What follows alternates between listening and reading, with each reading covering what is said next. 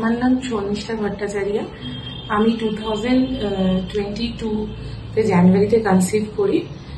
আমার একটুখানি মানে হাই রিস্ক প্রেগনেন্সি ছিল, বিকজ আমি যখন কনসিভ করি তখন আমার এজ অলরেডি 35 অ্যান্ড তার সাথে আমার সুগার, প্রেশার, থাইরয়েড সবকিছুই ছিল এবং তার সাথে আমার ফাইব্রয়েডও ছিল, যেটা ইউট্রাসের বাইরে ফাইব্রয়েড। তো all together high risk pregnancy ছিল।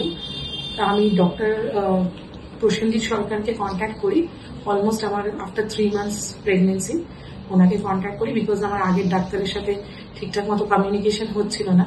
And doctor Sarkar was very helpful. উনি অল থ্রু আউট আমার প্রেগনেন্সি খুব হেল্প করেছেন। ইভেন কি আমার সব থেকে খারাপ সময় আমার 27 উইক্সে ওয়াটার ব্রেকেজ হয়ে যায় এবং 27 উইক্স 3 days আমার ওয়াটার ব্রেকেজ হয়ে যায় এবং স্যাকটা পুরো নীল হয়ে যায়।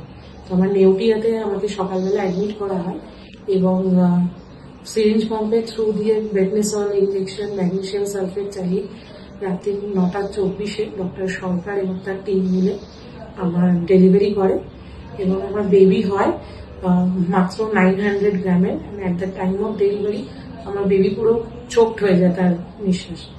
কিন্তু ওখানের টিম এতটাই ভালো ছিল, সবার কোঅপারেশনে আমার বেবিকে এনআইসিউতে দেওয়া হয়, ভেন্টিলেশনে থাকে।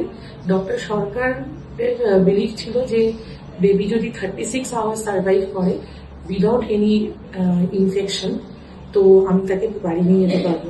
অ্যান্ড বাই গডস গ্রেস আমি বেবিকে বাড়ি নিয়ে যাই 16th আগস্ট। আমার বেবি 26 days এনআইসিউতে থাকে, তারপরে বাকি দিনগুলো স্কুবুতে থাকে নেওটিয়াতে।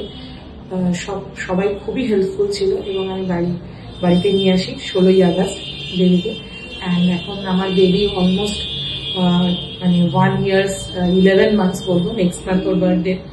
তো এখন সবকিছু ভালো যাচ্ছে। Thank you doctor Sarkar.